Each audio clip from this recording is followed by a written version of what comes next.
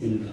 하나님 아버지, 하나님께서 아합에게 내리신 이 전쟁의 징계에 하나님이 아합을 포기하지 않고 하나님의 능력으로 전쟁에 승리하게 하신 이 놀라운 역사를 오늘 우리들에게도 경험케 하옵소서.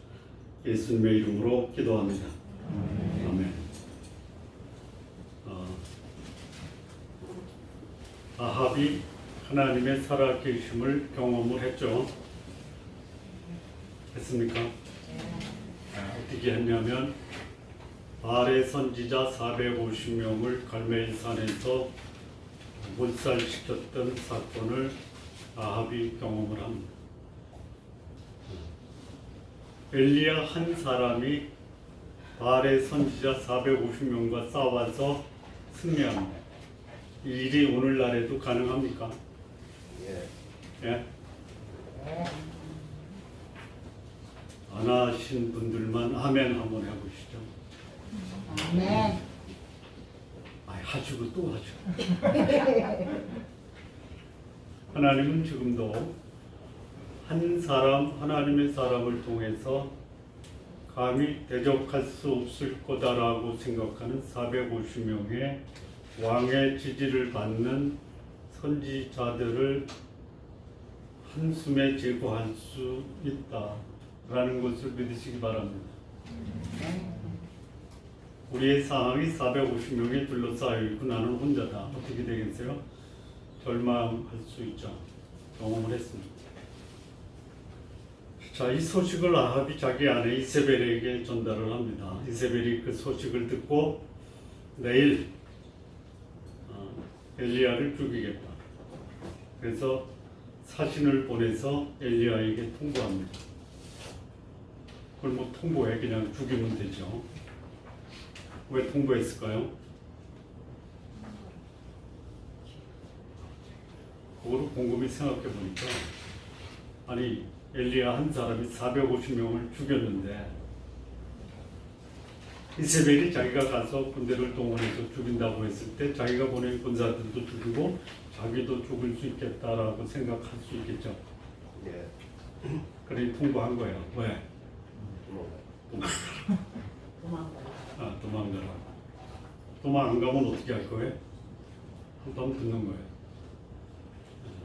근데 엘리야도 위대한 하나님의 역사를 자기 손으로 행했는데 한 여인의 위협 앞에서 두려워 도망을 갑니다. 이게 하나님의 사람이에요. 하나님이 나를 통해서 위대한 일을 했으니까 나는 앞으로 어떤 경우에도 흔들리지 않고 불의의 세력과 맞서서 싸울 수 있는 그런 강인한 사람이다라고 섣불리 단정 짓지 마십시오. 하나님이 도망간 이 엘리야를 호렙산에서 만나주세요. 호렙산은 갈멜산에서 몇 킬로 떨어졌다고 그랬죠? 170km. 갈멜산에서 부엘세바까지 170km. 부엘세바에서 호렙산까지 400km. 570km까지 도망가는 거예요. 그걸 뭐라고 그래요? 36개월. 두려워서 호렙산 굴에 들어가 숨어요. 그때 하나님이 나타나시는데 바람 가운데도 아니에요. 지진 가운데도 아니에요. 불 가운데도 아니에요. 들릴까 말까 하는 세미한 소리로 엘리야에게 말합니다. 여러분 지금 제가 말하는 것은 세미한 게 아니에요. 다 알아듣죠? 세미하다라는 것은요. 집중해서 귀를 기울이지 않으면 알아들을 수 없는 소리가 세미한 거예요. 속삭이는 거예요. 근데 이 속삭이는 말 속에 엄청난 하나님의 심판의 메시지가 들어있어요. 너 지금 다메섹에 가서 하사엘에게 기름을 부어라. 하사엘은 누구냐면요. 여기 지금 이스라엘을 공격한 벤 하닷을 신하였다가 그를 죽이고 아람의 왕이 된 사람이 하사엘. 하사엘에게 기름을 부어 그를 아람의 왕으로 세우라. 에후에게 기름을 부어 오므리 왕조 아합 왕이 있는 그 왕조를 무너뜨리고 새로운 에후 왕조를 세우라. 엘리사에게 기름을 부어 너의 승계자가 되게 하라. 그래서 하사엘이 아합의 집안을 죽일 거고, 그가 다 죽이지 못하면 에후가 죽일 거고, 에후가 죽이지 않으면 엘리사가 죽을 것이다. 이렇게 엄청난 하나님의 메시지를 받아요. 여기에 우리 지난주까지의 말씀입니다. 그리고 오늘 열왕기상 20장 20장이 시작되면서 아람의 벤하닷이 그 주변의 도시국가 32개의 왕들과 더불어 사마리아를 치러 와요. 왜 치러 왔는지 이유가 없어요. 네. 여러분, 엘리야가 아합한테 가서 갑자기 느닷없이 출신 배경 아무것도 없는 엘리야가 아합한테 가서 가뭄이 온다라고 얘기했어요. 가뭄은 뭐죠? 비 안 오는 거. 비 안 오는 게 가뭄입니다. 가뭄을 비 안 오는 곳으로 보는 분들도 있지만 이 가뭄이 왜 왔지?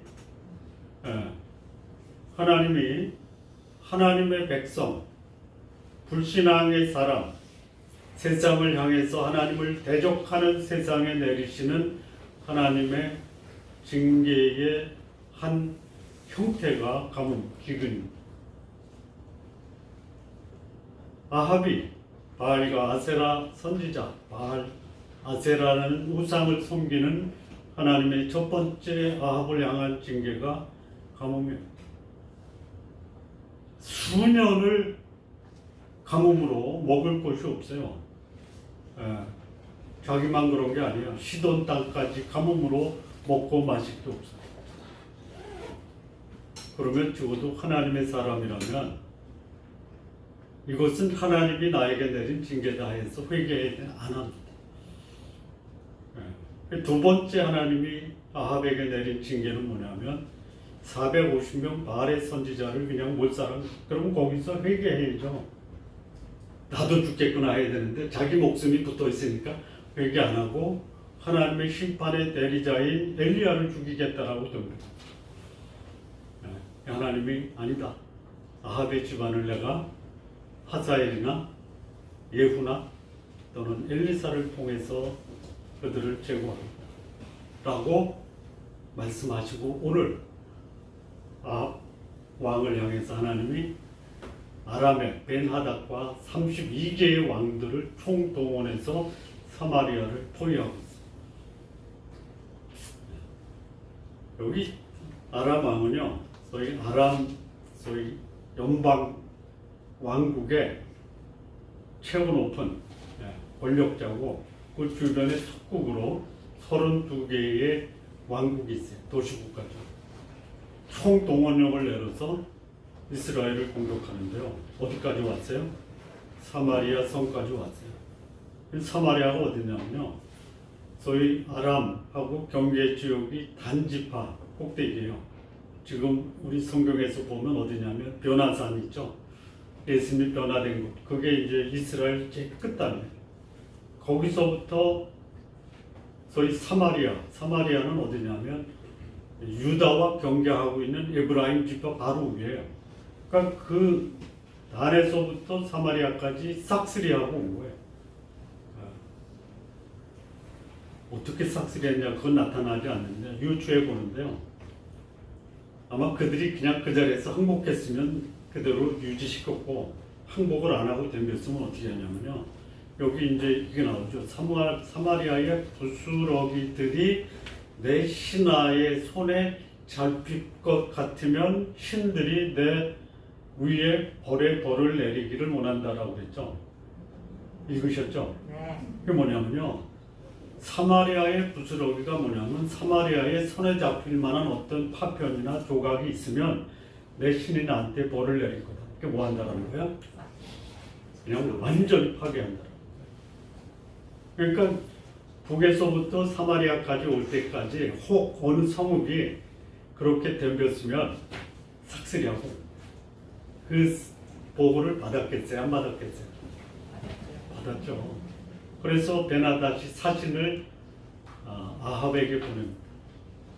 첫 번째 통보한 내용이 뭐냐? 네 아내들과 네 자녀들을 은금을 다 내 것이다. 하니까 아합이 뭐냐? 당신의 말씀대로 내 아내들과 자녀들과 은금을 다 당신의 것으로 바치겠습니다. 여기서 궁금증이 하나 생겨요. 이세벨도 바쳤을까? 여기 아내들이라고 그랬죠. 그러면 이세벨도 아내들에 포함시켜서 벤 하닷의 요구에 이세벨을 포함시켰을 거라고 생각하십니까? 감히 이세벨을 포함을 못 시켰을 거라고 생각하십니까? 시켰을 거야. 저 거기까지 생각은 안 했죠. 여러분, 아합 위에 이세벨입니까? 이세벨 위에 아합입니까? 이제 아합 위에 이세벨이. 그렇죠.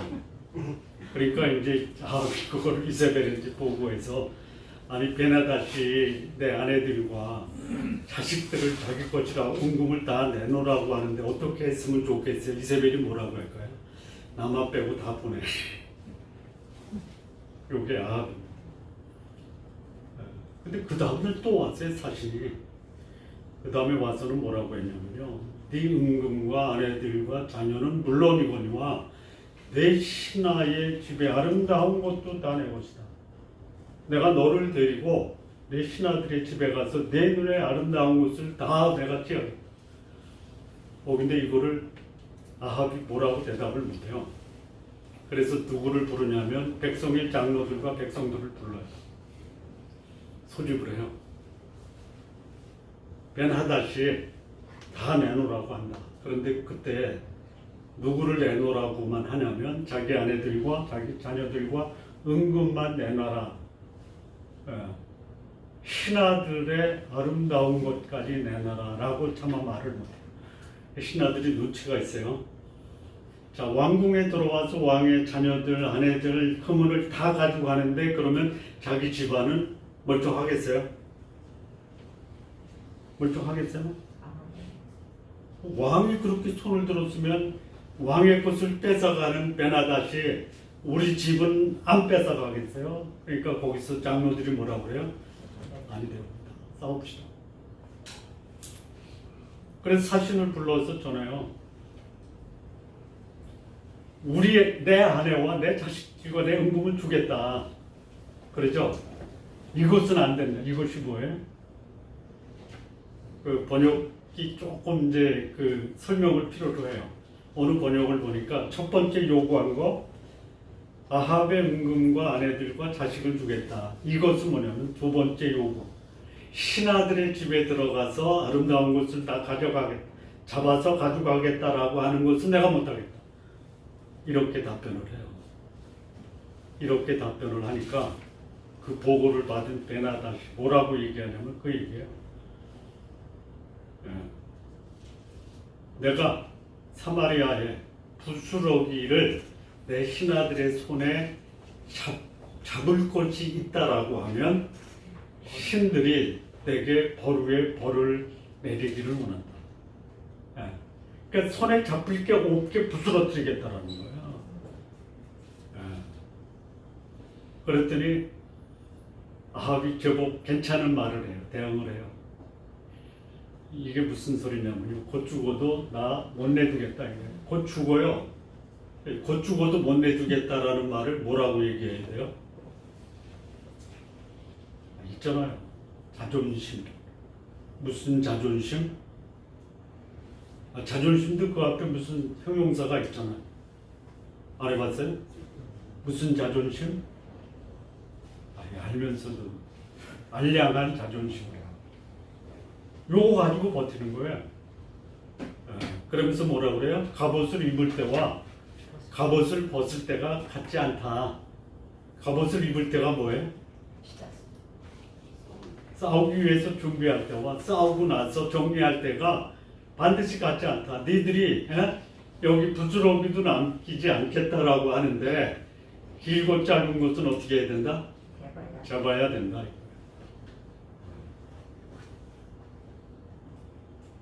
그런데 느닷없이 한 사람이 등장해요.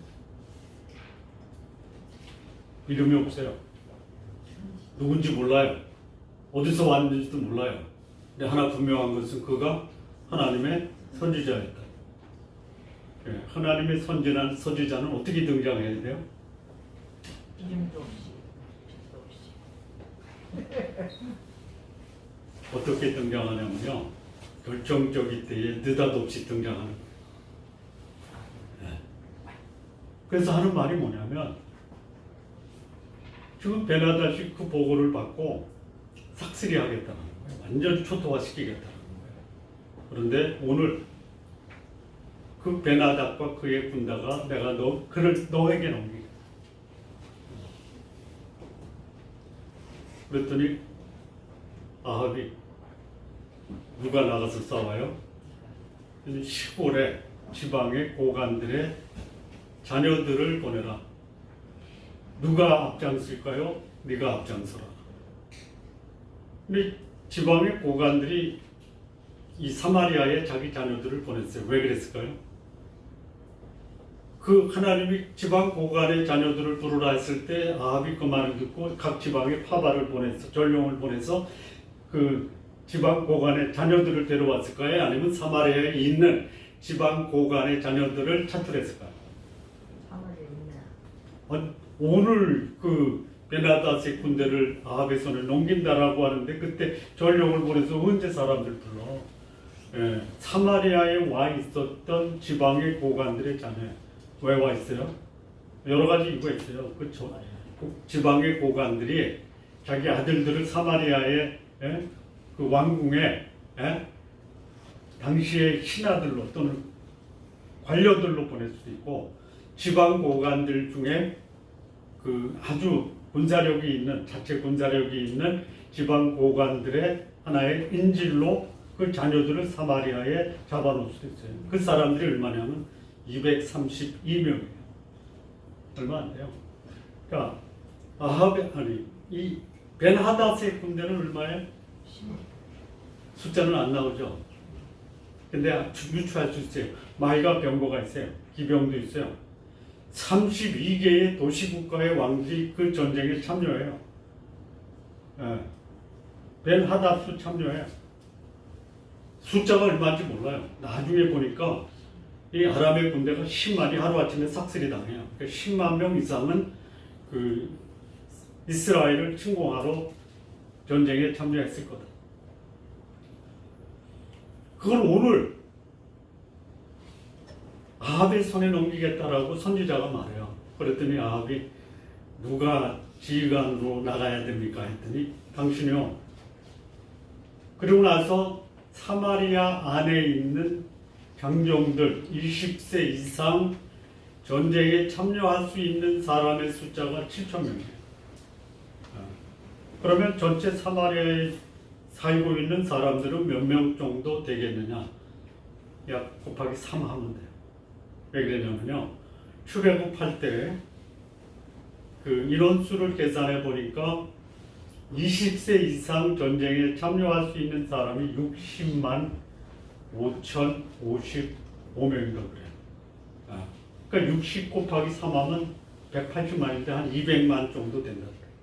그러니까 사마리아에 살고 있는 사람들의 숫자가 한 2만 명 내외다. 그 중에 전쟁에 참여할 수 있는 사람 7천 명. 그러니까 7,232명이 10만 명의 아람과 싸움. 누가 이겨요? 10만 명. 상식적으로 보면 당연히 뭐 아람의 베나닷 군대가 이기는 거예요.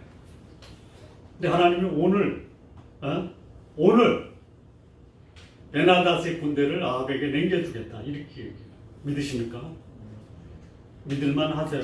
네. 권사님만 믿는구나. 아니 그렇게 얘기하면 우리는 하나님을 어떤 하나님으로 봐야 돼요? 아까 우리 찬양했지만 전능하신 하나님, 위대하신 하나님 이렇게 보십니까? 아니면 한심한 하나님으로 보십니까? 위대하신 하나님. 네?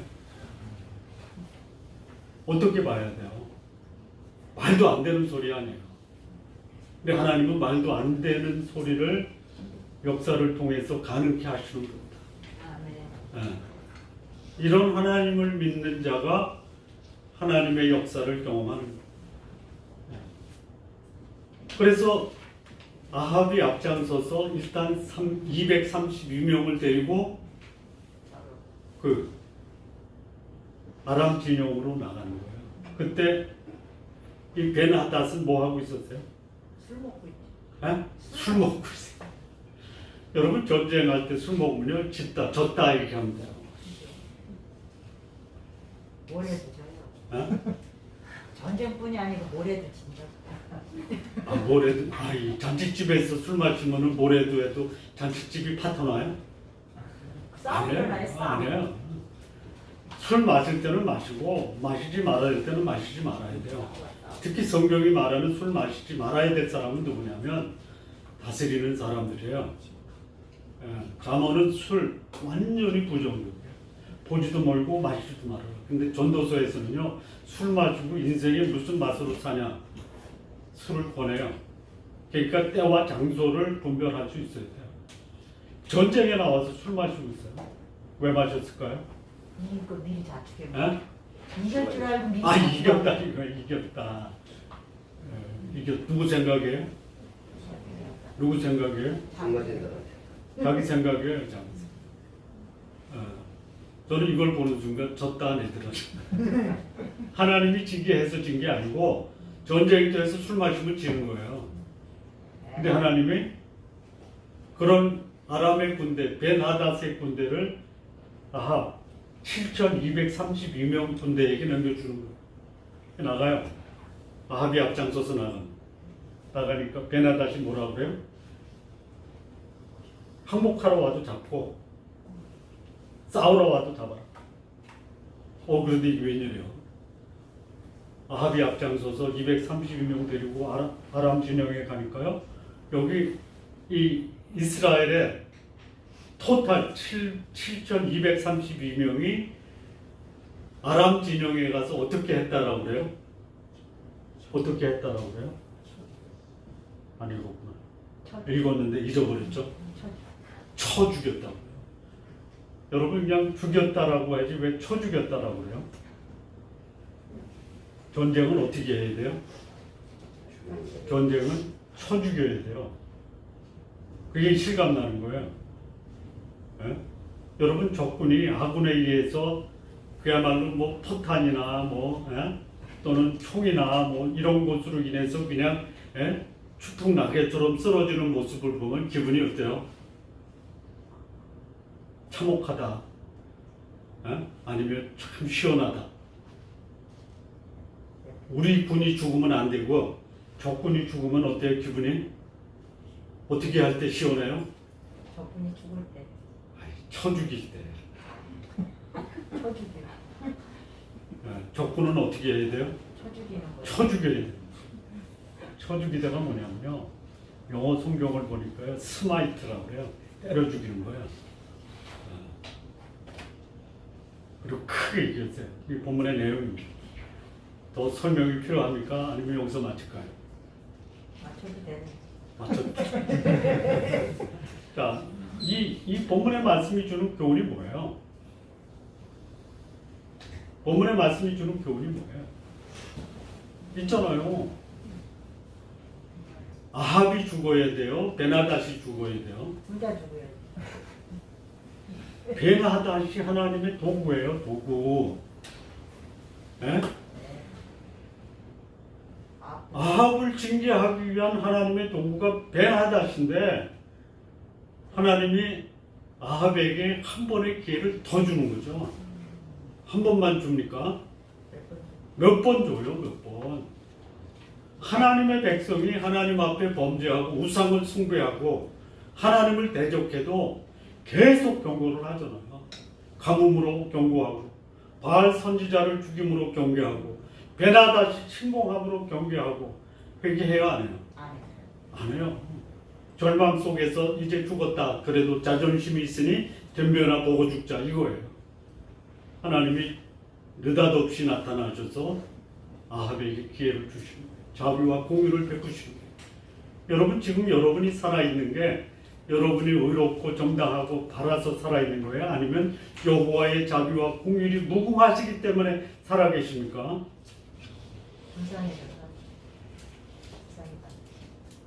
그때 깨달아야 돼요. 그때. 네. 근데 아합이요 안 깨달아요. 1년 후에요. 베나다시 다시 신공 다음 주 할 건데요. 다음 주 추수감사절인데 추수감사절에 벤 하닷의 2차 침공을 가지고 추수감사절 메시지를 만들어 보려고. 근데 회개 안 해요.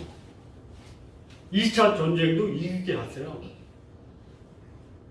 그리고 3차 전쟁, 3년 후에 전쟁이 벌어질 때 거기서 아합이 아람의 군대에 누군가 이름 없는 한 사람이 화살을 쏴서 거기서 죽어요.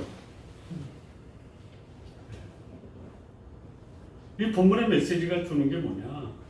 하나님이 기회를 계속 주시는데 깨닫지 못해요. 그래도 또 기회를 주시면서 하나님이 자비와 공의를 베푸십니다. 그래서 오늘 우리가 살아있는. 자, 이 전쟁이 맺어요. 첫 번째 이 아합의 반응이 뭐냐면, 이거 보면 이게 국가 통치자의 모습이에요. 나 혼자 살자 이거예요. 백성이 죽든 말든 상관없는 거예요. 아내들과 자식까지 버리는 국가의 통치자. 이게 그럴 수 있다라는 거예요. 예. 국가의 통치자가 자기 살겠다고 가족 버리고, 예? 백성 버릴 수 있다. 이게 아합의 첫 번째 반응입니다. 여러분의 힘을 키워서 가족을 보호하려고 하는 건 참 귀한 거예요. 할 수 있다면 하세요. 그런데 한계가 있어요. 자, 그리고 자기 가족 다 내주겠다. 은금 다 내주겠다. 그런데 신하들 것까지 다 내놔라 하니까 장로들 부르고 백성들 불러요. 그랬더니 백성들, 장로들이 뭐라고 그래요? 아니 되옵니다. 그러죠. 싸웁시다. 자, 그 장로들의 의견을 아합이 받아들였어야 돼요? 아니면 거절했어야 돼요? 받아들여야 될 거. 승산이 있어요? 없지요. 승산이 없는데 받아들여요? 네. 권사님 말씀은 그냥 뒤로 남기세요. 자, 여기서 장로들이 뭐라고 제안했어야 돼요? 항복하자고. 항복하라고. 네. 항복한 거 누구 모르나? 장로들이라면요 경험과 경륜이 풍성한 아주 풍부한 사람이에요. 그러면 이 장로들이 뭐라고 얘기했냐면, 왕이시여, 이런 전쟁이 어찌해서 벌어졌는지 그 동기와 이 배경을 한번 좀 깊이 성찰하시기 바랍니다 라고 권면했어야 되는 거 아니에요? 결과는 똑같잖아요. 아니죠. 어떻게 230이면 사나 죽으나 덤빕시다 하면 죽는 거예요. 그런데 동기가 뭐예요? 왜 이 전쟁이 벌어졌어요? 왜 벌어진 거예요? 기근. 우상 선지자들 싹쓸이 했는데도 회개 안 해요. 그 전쟁에 이건 뭐 국토 전체가 초토화되는 거예요. 그러면 장로들이 왕이시여 회개하십시오라고 해야 될 거 아니에요. 못해? 그렇게 하다가 죽어요? 죽지요. 죽어? 네. 그래서 나 혼자 살려고 안 하다가 다 죽어버려? 네. 이런 말을. 여러분 앞으로 권사님하고 가까이 지내지 마십시오.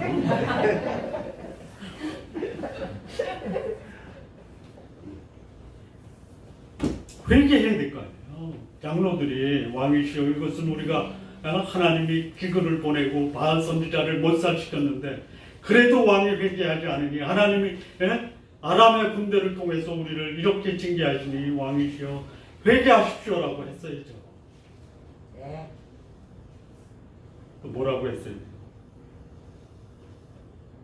두 번째는요, 왕이시여 싸움들 이기겠습니까? 이래 죽고 저래 죽으니 그래도 우리 하나님 앞에 나가서 기도합시다. 전망은 뻔합니다. 하나님의 도움 없이는 안 됩니다. 하나님의 도움을 구합시다라고 했어야죠. 미국 남북전쟁 때 이 남군이 버지니아까지 승리하면서 올라와요. 리 장군이. 그때 백악관의 참모들이 링컨한테 이런 질문을 합니다. 각하, 이런 전세에 하나님은 누구 편이십니까? 남쪽 사람들도 기도하고 올라왔을 거 아니에요. 북쪽 사람도 기도하고 대응했을 거 아니에요. 그러니까 이 링컨의 참모들이 각하요. 도대체 하나님은 누구 편입니까? 하나님 누구 편이에요? 아무 편도 아니고. 예? 왜 아무 편도 아니야? 우리 편. 여기 지금부터 권사님은 침묵. 하나님 누구 편이에요? 왜 물어? 어? 하나님의 함께하는 링컨이 이런 얘기를 해요. 하나님이 누구 편인 것 중요하지 않다. 내가 누구 편이냐가 중요하다. 여기 아합은 하나님이 자기 편이라는 것을 미처 생각 못한, 활용 못한 거예요. 하나님의 사람이 나타났잖아요. 오늘 아람의 군대를 아합 네 손에 붙이겠다, 넘기겠다 이거예요. 그런데 넘기는데 하나님의 천사들을 동원하지 않아요. 너에게 몇 사람이 있느냐? 그러니까 누구를 보낼까요? 라고 아합이 얘기하니까 야, 지방의 고관들 자녀들 있잖아, 232명. 여러분 고관들이 그 말 들었으면 자기 자식들 데려갈까요? 전쟁에 내보낼까요? 얼른 데려가. 얼른 데려가죠. 못 데려가요. 왜? 아람의 군대가 사마리아를 포위하고 있잖아요. 대죽음 당하는 거예요. 그랬더니 이리 가도 저리 가도 죽으니 지방의 고관들의 자녀를 전쟁터에 앞장세우라. 누가 지휘관이 될까요? 네가 하라. 그리고 사마리아에 남아있는 7,000명 장정들을 전쟁에 합류시켜라. 그리고 아합이 데리고 나가요. 나가서 전쟁하니까 어떻게 돼요? 나가서 전쟁하니까 어떻게 됐어요? 이게 어떻게 이겼어요? 어떻게 이겼어요? 마지막 21절 어떻게 이겼어요? 크게 이겼어요. 여러분, 이 크게 이겼다라는 말이요, 큰 사람을 쳐 죽였다가 아니에요. 크게 이겼다가 대승이라고 하는 거죠. 대승이 그냥 물러갔다가 아니에요. 그러니까 사마리아의 이스라엘 군대가 초토화되는 그 반전이죠. 이게 하나님의 역사예요. 여러분, 우리는 이런 생각을 해요. 그 사람이 도와주지 않으면 나는 아무것도 할 수 없어. 그 사람이 도움이 있으면 좋아요. 예. 그런데 우리가 놓치지 말아야 될 게 있어요. 뭐예요? 그 사람보다 위대하신 하나님, 전능하신 하나님을 의지하는 것을 놓쳐서는 안 된다. 놓쳐요, 우리가 놓쳐. 저는 이런 생각, 저 목사 아니에요, 목사. 예? 저 목사 아니에요. 네. 예? 그러면 목사가 좀 다른 게 있어야죠. 뭐가 달라야 돼요? 예? 우리 권사님은 아까 저기 제가 다 잊어버렸지만,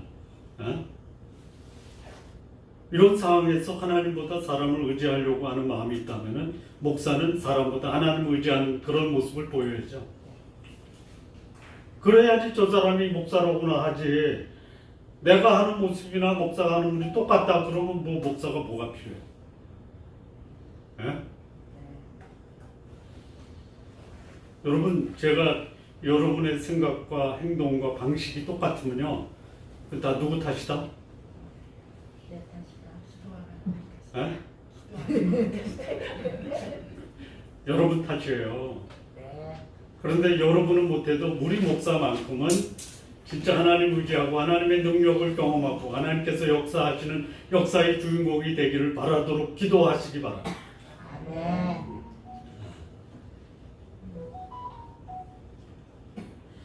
자, 이 말씀의 결론이 뭐냐면요, 하나님이 아합한테 기회를 주셨어요.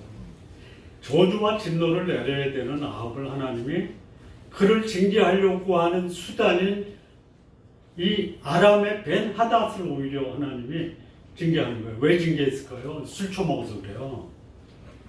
다른 이유가 없잖아. 징계하려고 벤 하닷을 보냈는데 거기 와서 술이나 처먹어. 그러니까 하나님이 그 사람을 어떻게 해요? 군대를 어떻게 했어요? 쳐 죽였잖아요. 쳐 마시면 쳐 죽는다.